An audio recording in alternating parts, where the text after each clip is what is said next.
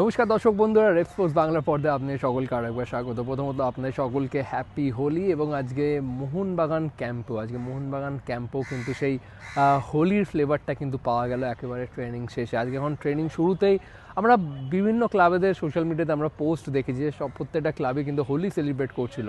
তো আমাদেরও মনে একটা প্রশ্ন ছিল যে মোহনবাগান কি হোলি সেলিব্রেট করবে না? কিন্তু সেই ট্রেনিংয়ের পর সেই একই ছবি মোহনবাগানও কিন্তু দেখা গেল, একেবারে হোলির রঙে রেঙে উঠলো প্রত্যেকটা মোহনবাগানের ফুটবলার। উড়িষ্যা ম্যাচের প্রস্তুতি আজকে ম্যাচ ডে -2 এর ট্রেনিং, হালকা ট্রেনিং করালেন সার্জিও লোবেরা। মাত্র 1 ঘন্টার অনুশীলন করলো ফুটবলাররা এবং তারপর ড্রেসিং রুমে ফুটবলাররা ঢুকলো এবং তারপরই দেখা গেল হোলির রঙে মারতে সকল ফুটবলারদেরকে। জেসন কামিন্স থেকে শুরু করে Manvir Singh, Deepak Tangri, Kiyan Nassiri, even Dimi Petratos, Alberto Rodriguez, কেউই কিন্তু বাদ যায়নি। অবশ্যই মনবীর সিং, দীপক টাংরি তারাই নেতৃত্ব নিয়েছিল, তারাই শুরু করে, তারাই আবিরটা এনেছিল অ্যাকচুয়ালি, এবং সেখানে ইনক্লুড করলো বিদেশিদেরকেও। জেসন কামিন্স, মনবীর সিং, দীপক টাংরি এই তিনজনই কিন্তু শেষ 3 বছর ধরে কিন্তু জেসন কামিন্স রয়েছে। তো এই তিনজনের মধ্যে একটা ক্লোজ বন্ড রয়েছে এবং মাঝে মধ্যে তাদেরকে মাঠের মধ্যে দেখা যায় খুনসুটি করতে। এবং আজকেও হোলি সেলিব্রেট করার সময় দেখা গেল তাদের মধ্যে সেই খুনসুটিটা কিন্তু নজরে পড়লো। কারণ দীপক টাংরি তিনি কি করলেন, তিনি শুধু আবিরই মাখালেন না জেসন কামিন্সে, কিছুক্ষণ বাদে দেখা গেল যে মাঠে যে মাটি হয়, জলে যে মাটি, যে কাদা, সেই কাদা এনে তিনি জেসন কামিন্সকে মাখিয়ে দিলেন, যেটা আমরা অনেক সময় করতে দেখি হোলিতে, যে অনেকে রঙের জায়গায় আর অনেক কিছু মাখিয়ে দেয়। এবং জেসন কামিন্সকে তখন বাকিরা যখন বললেন যে এটা রং নয়, এটা মাটির কাদা, তখন জেসন কামিন্স রেগে গিয়ে দীপক টাংরিকে তিনি আরও পুরো একটা গোটা প্যাকেট আবির তার মাথার উপর ঢেলে দিলেন। তো বোঝাই যাচ্ছে, এই ছবিগুলো যেটা আপনারা দেখতে পাচ্ছেন স্ক্রিনে, এটা দেখে বোঝাই যাচ্ছে যে মোহনবাগানের ড্রেসিং রুমের এনভায়রনমেন্টটা কতটা হেলদি। আর এরকমই এনভায়রনমেন্ট দরকার হয়, এরকমই ইউনিটি, টিম বন্ডিং দরকার হয় যদি একটা টিম চ্যাম্পিয়নের লক্ষ্যে খেলতে নামে যে কোনো লিগে। এবং মোহনবাগানে অ্যাজ অফ নাও এই 3টে ম্যাচে কিন্তু সেটাই দেখা গেছে। আমরা গত ম্যাচে এবং এটাও দেখেছি সার্জিও লোবেরা 4টে রোটেশন করেছিল, 4টে চেঞ্জেস করেছিল যাতে সকলকে গেম টাইম দেওয়া যায়। এবং উড়িষ্যার বিরুদ্ধে যদি আবার তিনি প্রথম একাদশে বদল আনেন, খুব একটা অবাক হব না। কিন্তু তার আগে রবসন রবিনোর আপডেটটা আপনাকে দিয়ে দিই। আজকে কিন্তু অনুশীলন করতে দেখা গেল না রবসন রবিনোকে। প্রথমে টিম হাডেল হলো, তখন রবসন রবিনো ছিলেন। টিম হাডেল শেষ হতেই প্লেয়ারদেরকে অনুশীলন স্টার্ট করতে দেখা গেল, কিন্তু রবসন রবিনো তিনি চলে গেলেন ড্রেসিং রুমেই। ফিজিওর সাথেই তিনি সময় কাটালেন গোটা অনুশীলনটা জুড়ে। তিনি ট্রিটমেন্ট নিচ্ছিলেন, তার ইনজুরি খুব একটা সিরিয়াস নয়, বাট সম্ভবত কোচ লোবেরা হয়তো তাকে নিয়ে ঝুঁকি নেবেন না উড়িষ্যা ম্যাচে। এটা আরও পরিষ্কার বলা যাবে আগামীকাল, কারণ আগামীকাল মোহনবাগানের শেষ ট্রেনিং উড়িষ্যা ম্যাচে নামার আগে। তো আগামীকাল যদি রবসন রবিনো ট্রেনিং করে, তাহলে হয়তো চান্সেস থাকবে যে রবসন রবিনো 18 জনের স্কোয়াডে থাকবে, প্রথম একাদশে শুরু করুক বা না করুক।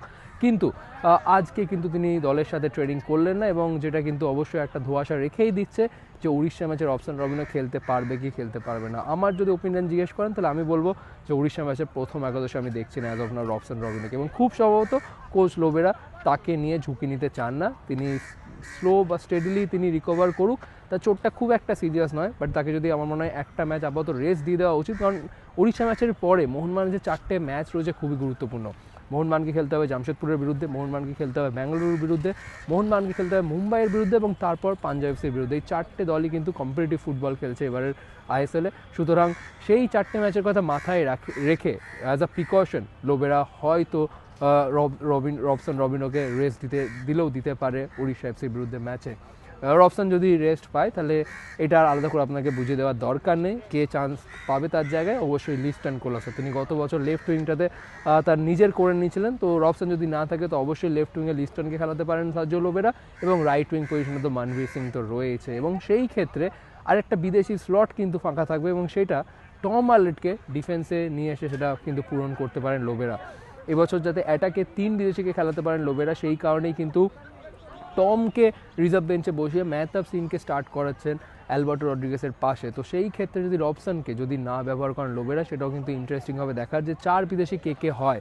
আজকে যদিও ম্যাচ প্র্যাকটিস করতে দেখা গেল না মোহনবাগানকে, আজকে হালকা ফিজিক্যাল ট্রেনিং এবং এল রন্ডো সেরে নেওয়ার পর দেখা গেল সেট পিস নিয়ে কাজ করতে দেখা গেল, সেট পিস নিয়ে। এবং কোচ তার আগে একটা বোর্ডে প্লেয়ারদেরকে বুঝিয়ে দিলেন সেট পিসের বিভিন্ন রকম ট্যাকটিক্স এবং সব কিছু, এবং তারপরেই সেটা অ্যাপ্লিকেশন করতে দেখা গেল ফুটবলারদেরকে কর্নার এবং বক্সের বাইরে থেকে ফ্রি কিক প্র্যাকটিস করতে দেখা গেল। সুতরাং এখনও পর্যন্ত যদি মোহনবাগানের ম্যাচগুলি দেখেন, সেট পিসে একটু কম গোল হচ্ছে, যদিও এখনও পর্যন্ত মাত্র 3টে ম্যাচ হয়েছে, বাট গত বছর যদি আপনারা দেখেন মোহনবাগান কিন্তু সেট পিসে বেশ ডমিনেট করেছে, প্রচুর গোল রয়েছে সেট পিস থেকে।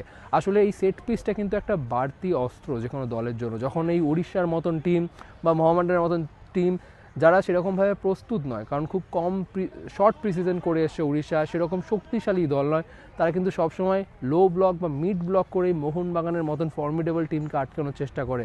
সুতরাং সেই জায়গায় দাঁড়িয়ে সেট পিসটাকে কিন্তু কাজে লাগানোর টার্গেট নিচ্ছে সার্জিও লোবেরা, এবং সেই কারণে আজকে দেখা গেল সেট পিস নিয়ে বাড়তি অনুশীলন করতে মোহনবাগানকে। ম্যাচ প্র্যাকটিস যেহেতু করায়নি লোবেরা, সেই কারণে বোঝা গেল না যে প্রথম একাদশ এক্স্যাক্টলি কী হবে, বাট এটুকুনি বলাই যায় যে শেষ ম্যাচে যেমন 4টে বদল এনেছিল প্রথম একাদশে, ঠিক তেমন এই উড়িষ্যা ম্যাচেও একাধিক বদল হলেও হতে পারে, এবং কালকে আমার মনে হয় ছবিটা একেবারে পরিষ্কার হয়ে যাবে মোহনবাগানের সম্ভাব্য প্রথম একাদশ ঠিক কেমন হতে পারে উড়িষ্যা ম্যাচ। এবং আপনাদেরকে ইতিমধ্যে আমাদের কার্ড পোস্ট করে দেওয়া হয়েছে, বাট তাও আপনাদেরকে জানিয়ে দিই যে প্রথমে এআইএফএফ কিন্তু পুরো ফুল স্টেডিয়াম ক্লোজার দিয়েছিল, মোহনবাগানকে ব্যান করেছিল, কারণ গত মৌসুমে ব্যাঙ্গালোর বিরুদ্ধে ম্যাচে শব্দবাজি ব্যবহার হয়েছে, এবং কেরালা ম্যাচেও তার একই ঘটনার পুনরাবৃত্তি হয়েছে সেই কারণে। কিন্তু তারপর এআইএফএফ কিন্তু রিল্যাক্সেশন আনে এবং মোহনবাগানকে হাফ স্টেডিয়াম অ্যালাউ করা হয়েছে উড়িষ্যা ম্যাচের জন্য, এবং যেটা শোনা যাচ্ছে অ্যাজ অফ নাও 20 থেকে 25,000 টিকিট কিন্তু দর্শক অ্যালাউ করা হবে উড়িষ্যা ম্যাচে, এবং সেই 20 থেকে 25,000-এর মধ্যে 15,000 টিকিট কিন্তু মোহনবাগান ফ্রিতে বিলোবে। এবং টিকিট কোথায় মিলবে? মোহনবাগান গ্রাউন্ড থেকে আপনারা টিকিট পাবেন কালকে সকাল 10টার পর, এবং যুবভারতী স্টেডিয়ামও কালকে আপনি সকাল 10টা থেকে 1টা পর্যন্ত টিকিট পাবেন, কারণ বিকেলে ইস্টবেঙ্গলের ম্যাচ আছে, তারপর আর টিকিট দেওয়া হবে না। আবার পরশুদিন সকালবেলা মোহনবাগান এবং যুবভারতীর টিকিট কাউন্টার থেকে আপনারা কিন্তু ফ্রিতে টিকিট কালেক্ট করতে পারবেন। একজন ব্যক্তিকে 2টো করে ফ্রি টিকিট দেওয়া হবে, কিন্তু যদি কেউ ভিভিআইপি বা ভিআইপি টিকিট কাটতে চান তাহলে সেটা ফ্রিতে মিলবে না, সেটা কিন্তু অনলাইনে বুক মাই শোতে গিয়ে কাটতে হবে। সুতরাং টিকিট ডিটেলসও আপনাদেরকে দিয়ে দিলাম। আজকে ট্রেনিং থেকে এগুলো ছিল গুরুত্বপূর্ণ আপডেট। আপনার যদি কোনো মতামত থাকে অবশ্যই জানাবেন কমেন্ট সেকশনে। এখানেই শেষ করছি এই ভিডিও, আবার আপনাদের সকলের সাথে দেখা হচ্ছে পরবর্তী ভিডিওতে।